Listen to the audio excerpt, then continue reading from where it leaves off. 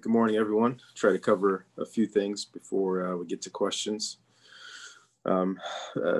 First, nothing really changing much as far as injuries go. I mentioned Jordan Fox would be out last week. He'll be out this week also. Good to see Anis DeCosmo back in there and be able to give some depth at the outside linebacker position. Played really hard against Oregon State. I wouldn't necessarily say we played our best game, but as you all know, our kids will fight and scrap to the end.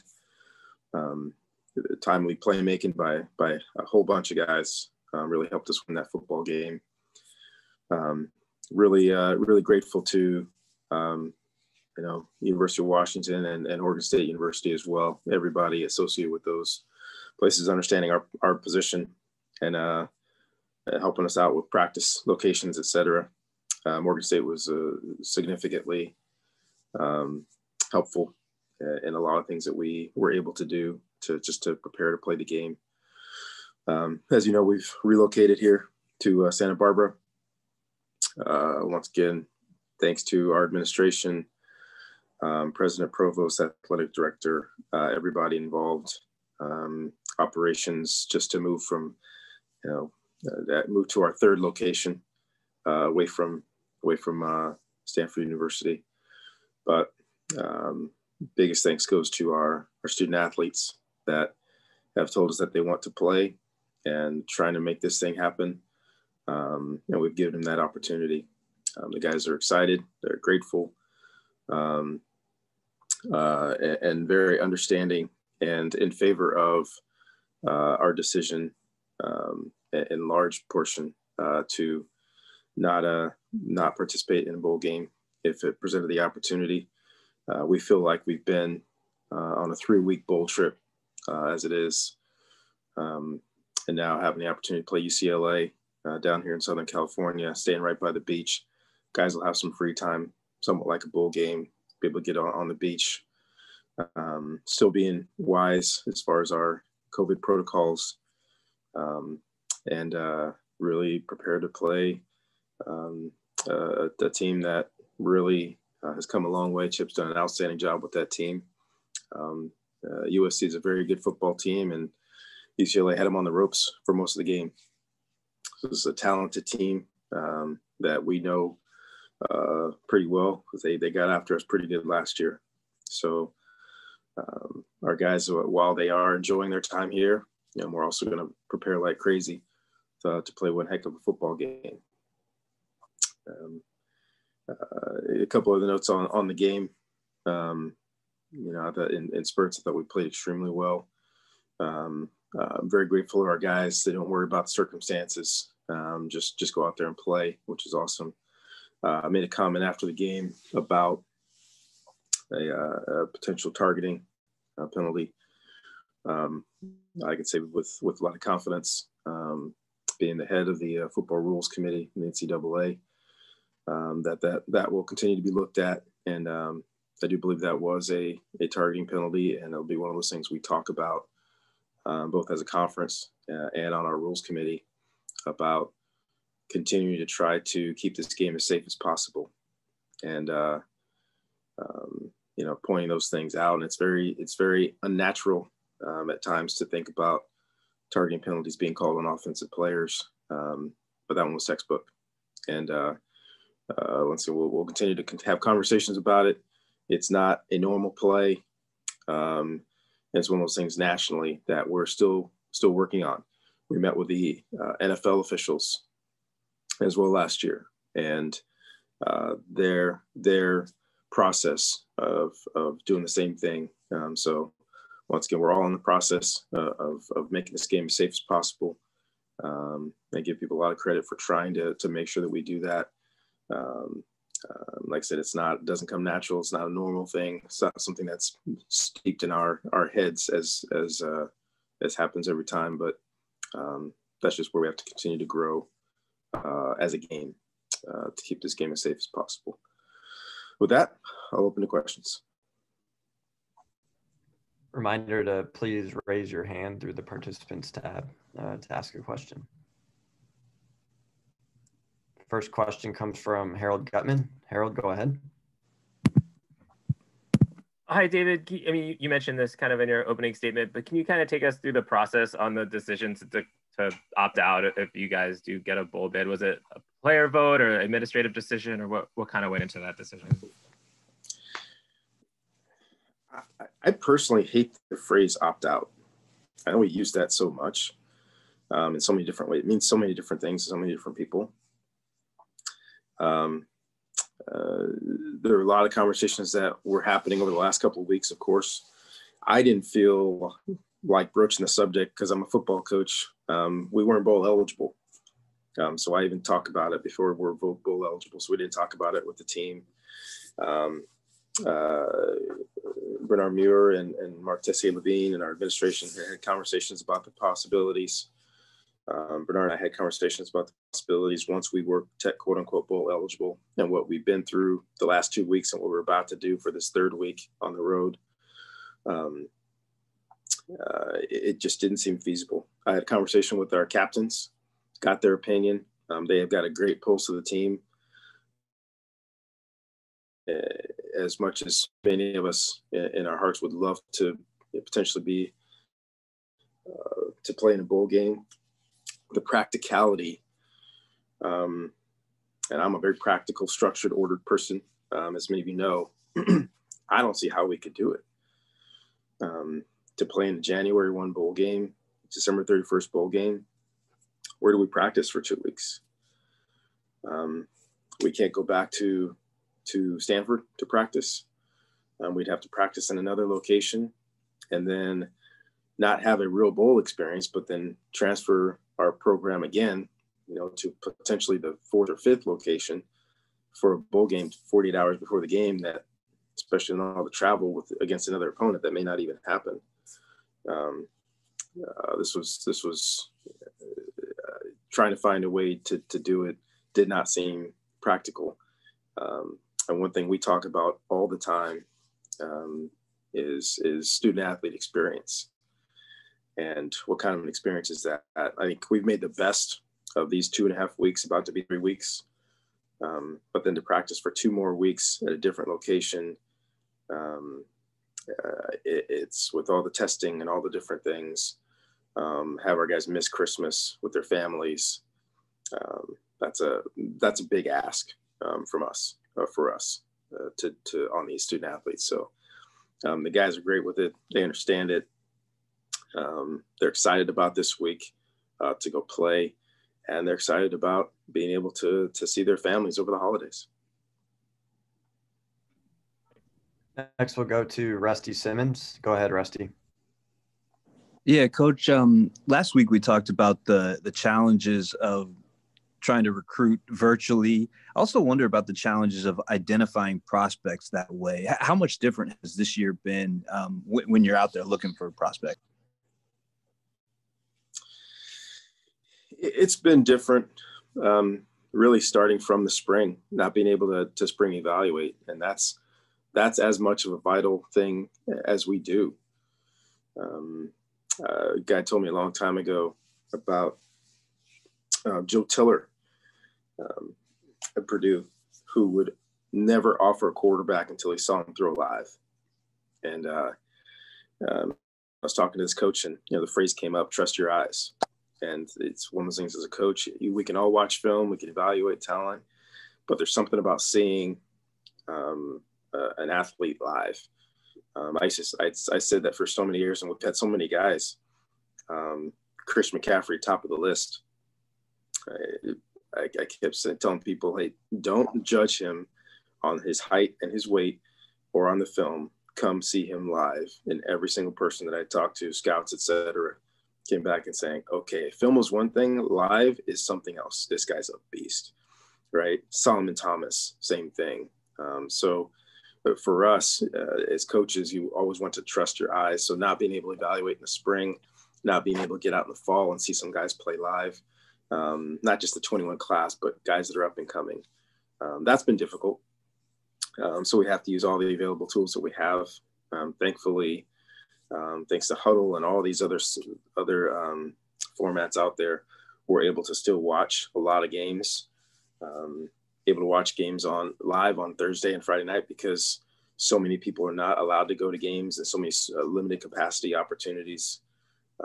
So many of these games are streamed. So we're still able to see some games live and record some games. And so there's still a possibility or an ability to evaluate the talent. But it's still not the same as being able to be there live. And I've said it repeatedly, for us, having people come visit us is still a huge part of Stanford recruiting. Just because we ask so much of our prospective student athletes, more than anybody in America. And it's nice to see and touch and feel and be around people in order to go back and take those AP courses, et cetera. So it's been a tough thing, but at the same time, I think we're continuing to find some great prospects and understand what we have and who we are. And, both this signing period tomorrow and in February, we'll have the right guys. And then also on the recruiting idea, I was going to ask about the 85 scholarships and with the extra year of eligibility being given to everybody. Are you getting any kind of directive about how you're supposed to get back to under 85 after next year? See, I'm not overly worried about it for two reasons. Number one, we're able to go above 85 this year by the number of seniors that do come back. And this stuff always works itself out between guys that will go to the NFL and guys that may look at grad transferring. You'll get through another cycle and the same thing will happen next year. So I'm not really worried about that number too much. I know it'll work itself out to a certain degree. And honestly, we haven't been at 85 scholarships, I don't think, at all since I've been the head coach. It's part of us being choosy. It's part about, knowing that we can't ever, and we won't ever dip below our academic standards. But at the same time, we're not going to dip below our athletic standards. Sometimes there are not 25 guys around the country that are academically viable as well as athletically viable. So we've got a great non-scholarship walk-on program that rewards guys that are right on that borderline and gives them an opportunity. And guys, if they go out there and play like a Bryson Tremaine and earn the scholarship, great. That we add them and they go out there and play. So we've had a lot of those guys. So I like our process, but I think our process also allows us to feel very comfortable going into this time where, we're allowed to go above, but then we have to go back down to 85. I feel very comfortable on how we've managed that over the years and very comfortable with our approach going into it. Thank you, Coach. Yep. Next, we'll go to Troy Clarity. Go ahead, Troy. Hey, Coach. Screen game for Stanford over the last couple of years has been hit or miss. And it kind of seems like the most effective screen passes that Stanford has been able to run this year have been to the tight ends rather than the running backs and the wide receivers. What are some things what are the things that need to go into an effective screen play being run, the screen pass being run? And how do you think Stanford has stacked up in those different components so far this year? Yeah, screen game is an interesting animal. And honestly, the best screen teams, they do it a lot. They do it 5-6 times a game. So the two that don't work kind of get hidden in the numbers because the 3 to 5 that do work look great. We're not going to do it 5-6 times a game. So when you do it a little bit less often, then you're really going to be hit and miss. So, we had a receiver screen go for -1. We had a screen go for 10 or 11, a running back screen. We had a tight end screen, score a touchdown. So for us, those are going to be always hit or miss. So all we do is work on the skills, work on the techniques. I do know they always get better as your offensive linemen grow and get experience. There's so many things that happen because, a defensive lineman that doesn't rush. Okay, great. Now I have to latch onto this guy. I can't let him go. A defensive lineman that rushes and then retraces. I have to feel that and peel back on him. A linebacker that's playing man that hugs up on the running back. As an offensive lineman, I got to be more aggressive and go get that guy. But then all the combinations of zone drops You know, guys dropping this guy, guys dropping that way, and 2 offensive linemen. Sometimes the center gets out first, sometimes the guard gets out first, and those guys working those things out. So I know I'm explaining way too much, but that's the whole thing when you are maybe throwing between 1 and 3 screens a game and throwing a lot more. Now it's really rolling the dice. You know, we're going to call it. We either get the great look or we don't get the great look. We've had a couple be really nice. We've had a couple not be so great. But that's just kind of what happens. What we continue to do is work on all those skills. But I think as time goes, I think we'll get better and better at those. A couple things on UCLA, if we could. Number one, they seem a bit more physical than they've been over the past few years, but DTR, so dangerous as a quarterback and as a runner, and Felton, so completely dangerous as well. You had success stopping Felton last year, not so much DTR last year. What are things that have to go into stopping and limiting and containing those two in particular? Yeah, DTR, as you call him, he's a difference maker. And the bottom line is when you play difference maker like this, you first and foremost, you have to understand leverage. I have to try to keep him in the pocket if I can. You let this guy get outside, good luck. Just not a lot of athletes in America that can get this guy down by himself in space. So that's number one, is understanding your leverage. Number two is understanding where your help is.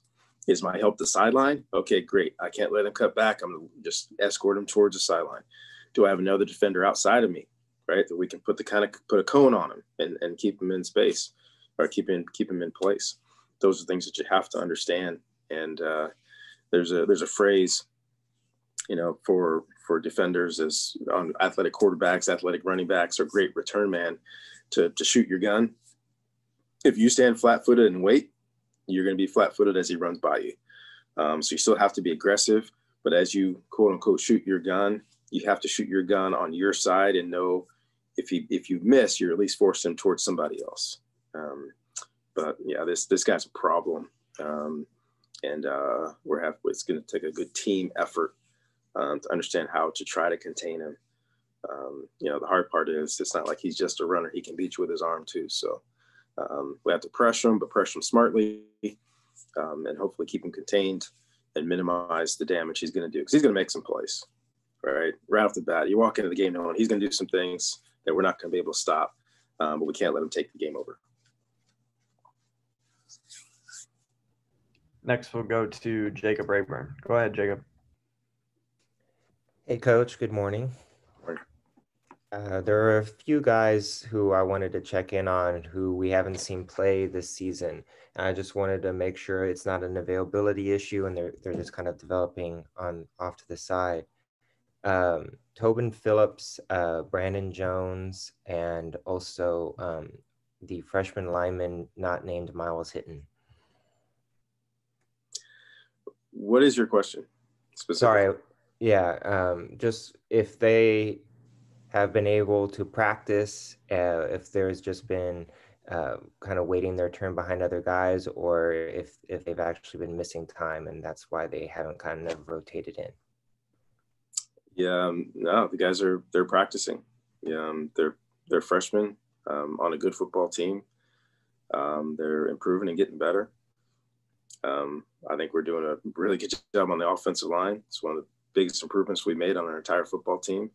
So not a lot of opportunity for freshmen. I think Miles has earned a spot on there to be our jumbo tight end and some of those things. Our defensive line's most productive defensive line that we've had, honestly, probably in the last 2 years. I think Tobin's doing a really good job. And at some point we think he's going to be really, really good out there. It's not an opportunity just yet there for him. So yeah, we're doing fine. Not every freshman in America is going to play. Next, we'll go to Sam Pasco. Go ahead, Sam. Hey, Coach, when you look back on this season and everything that happened, maybe say 5-10 years out, what do you think will be the biggest thing you'll remember from it? Will it be the big game victory, the way your team handled the grit on the extended road trip, or something else? Walk through in the park. I'm somewhat teasing, but I think it's the entire experience. And We have a lot of people here, Matt Doyle, Callie Seidman-Dale in particular, that are kind of chronicling these things that we're doing, because 10 years from now, people aren't going to understand. They're not going to understand the context. And to try to tell these stories, and say, hold on a second, why couldn't you practice at Stanford? And where did you go? How did you do that? How did you get your entire place from one place to another? And they'll then prepare your team and have these guys still go out there and play really well and play hard and play smart, and stay together. And I say it over and over again, and it's not coach speak, but the character of our football team. I mean, there are a lot of teams around America that would have folded by now, and just said, this is too much to deal with, And our guys have taken a great attitude. They really are appreciative of the efforts that have gone around them to allow them this opportunity, and they're doing the best to take advantage of playing the game that they love with their brothers. So I think it's just the entirety of this is and never once have I felt like, oh my God, what are we doing? It's like, oh wow, this is interesting. Okay, let's make this work. What can we do for our guys? How can we help them prepare? How can we help them stay healthy? What kind of guidelines do we need to give them? What kind of freedom do we need to give them? And then let's prepare to go play. So I think the entire thing, I've talked to so many coaches around the country, and none of us are going to do it, but everybody's talking about, gosh, when I write a book down the road, this is going to be fascinating. It's going to be a great chapter. But down the road, it'll be those strange things that really stick out. Practicing someplace else, walking through at the park, getting kicked out of a parking garage, going from Seattle to Corvallis to Santa Barbara,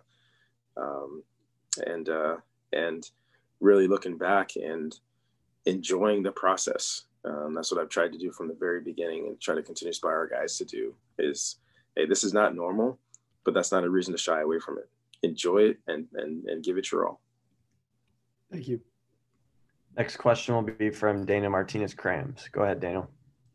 Hey, Coach. This year it just seems like there's a much better ability to close and especially win close games. What's going into that? Obviously, experience will play a part, but have you noticed anything else changing from last year? Experience is number one. More experienced guys out there. And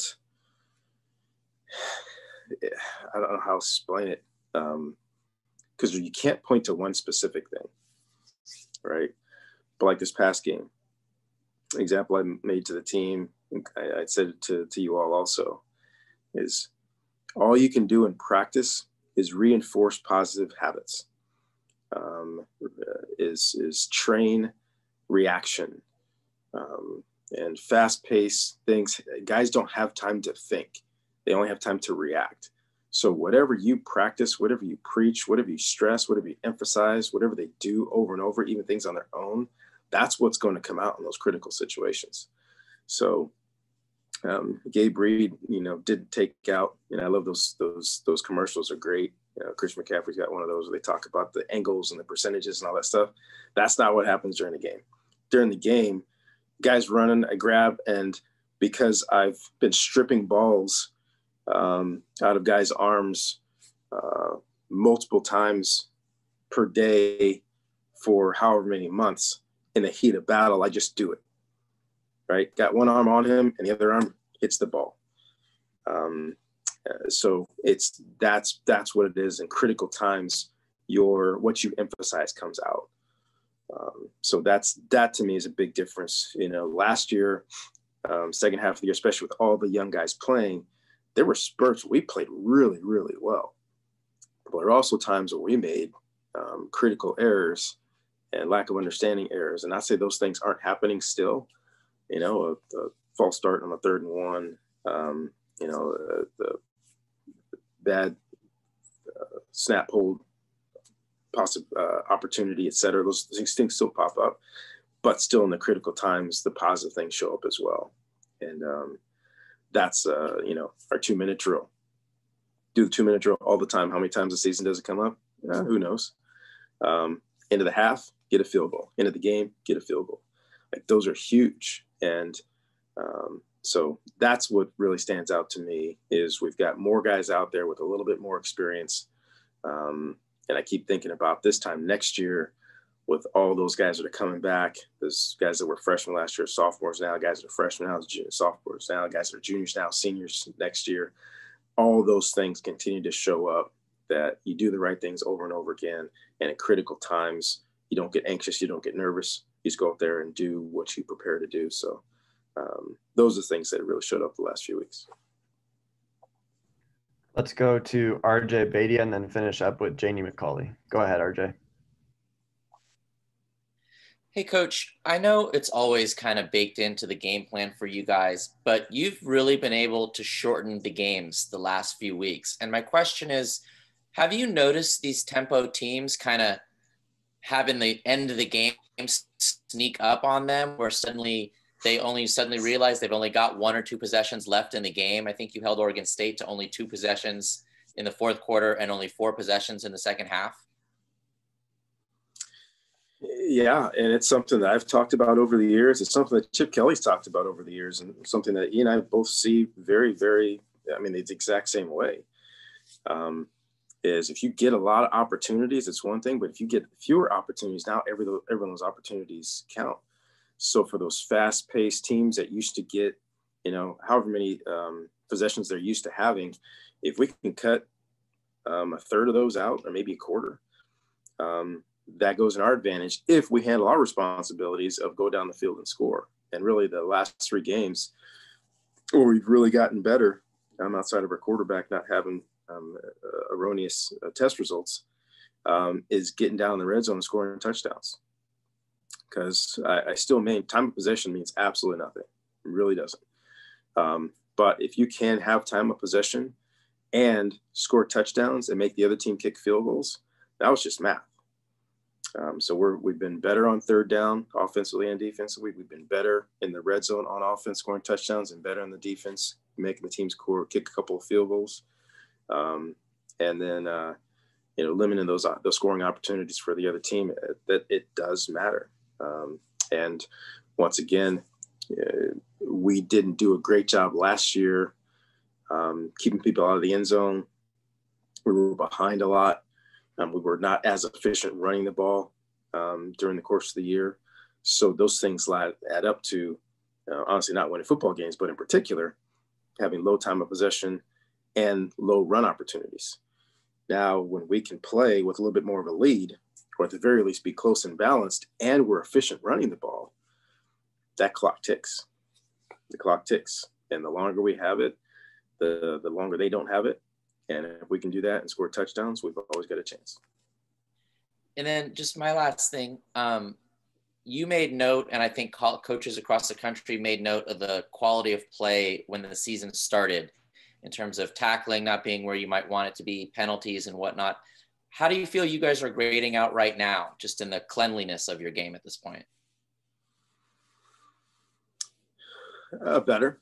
I think there's been an obvious growth. Not just because we've won the last 3, but I think the quality of play has gotten better. I think it's happened around the country. And I still believe, old coach told me a long time ago, like you can think you know your team, but you don't really know your team from top to bottom until you play 4 games. 3 or 4 games to really get a feel. You don't have a preseason like the NFL to work some things out. Even sometimes you have a very mature team, sometimes 3 or 4 games in, like, oh, wow, I didn't know we could do this. Here's something we could add, or gosh, we're not as good at this. We're going to take this thing out. So in a shortened season, I think that gets amplified. I've said it over and over again.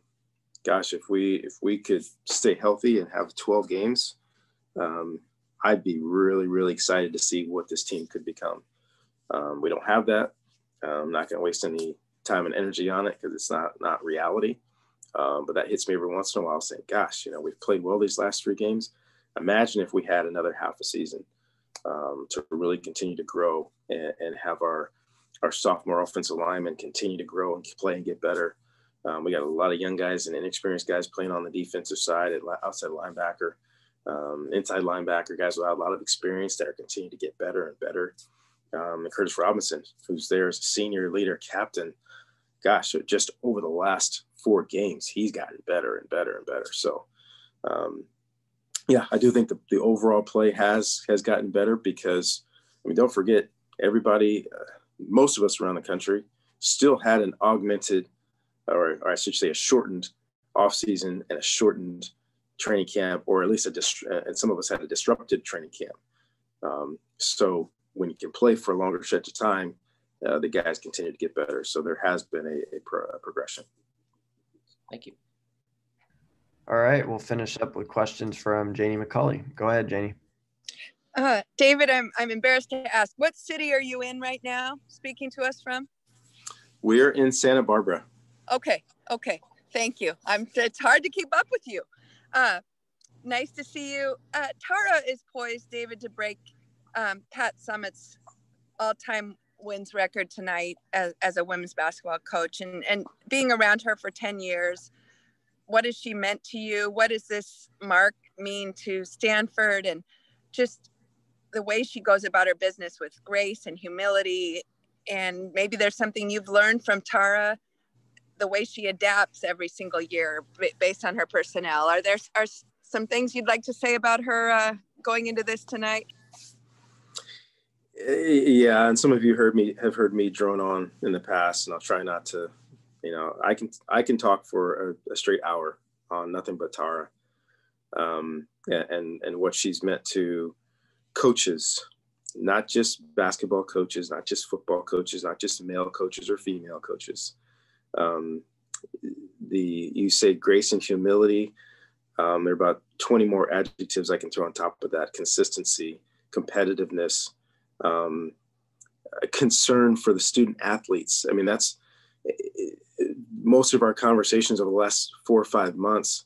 She kept saying, how are we going to help our student athletes get through this? How are we going to provide them this opportunity, not so they don't lose touch with people? How do we, like, that's her heart is in this. And if it wasn't, you couldn't do that this long just because you're winning. Her ability to adjust and change. I've said it over and over again. I think Tara Vanderveer is one of the best coaches of any sport on this planet, because of her ability to change and to cater to the abilities of her athletes, at the same time giving them a standard that is necessary for them to grow and to reach their peak. And it's not just about rolling the balls out there. It's about practice. It's about expectation.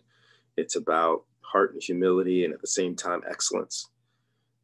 So you do that over time, you can't help but be successful. And more importantly, you can't help but leave a string of grateful student athletes that also realize that not every conversation is going to have candy and flowers.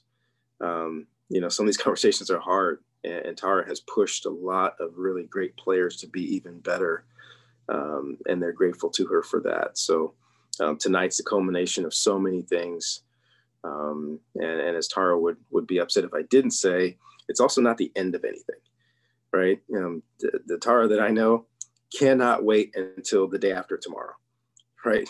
Just can't wait. Like, get this thing over with, take all the pats on the back, give another speech. Okay, let's get back to winning basketball games and see if we can win a national championship. Because what we can't underestimate either is she and her staff have put together an unbelievable team of talent and ability. They've got length, they've got athleticism. They've got our young lady, Fran, who likes to dunk the ball. But these young women have learned how to play this game as a team. And I'm excited to see where the season goes for them. And thank you for that question, David. Jenny. Yep. Thanks for your thoughts. My pleasure. Great. Thanks, everyone, for the time. We'll send out audio and video here shortly. Have a good rest of the day. Thanks, everyone.